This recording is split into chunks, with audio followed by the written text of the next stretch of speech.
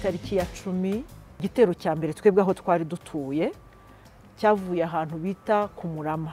Muri make abatutsi bari batuye iwacu ku Kayumba bakoze ikintu cyo kuvuga ngo reka birwaneho, babasubiza inyuma icyo gitero.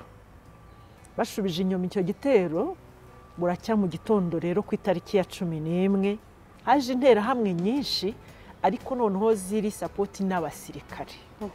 Uwo barashe akikubita hasi, interahamwe zikaza zigahorahoza. Uwo munsi hapfuye abantu benshi cyane. Turagenda, ndabyibuka tugeze ahantu hari banki populaire ya Masaka, bari bamaze kutugota noneho interahamwe. Twagiye tubona abasirikare baturutse hirya, bahita bavuga ngo muhagarare aho ngaho. Za nterahamwe zihita zirirukanka. Iryo jambo njya mbwira abantu ngo inkotanyi zavuze icyo gihe ngo nimuhumure ntacyo mukibaye. Iryo jambo naribonanye Imana yo mu ijuru yonyine.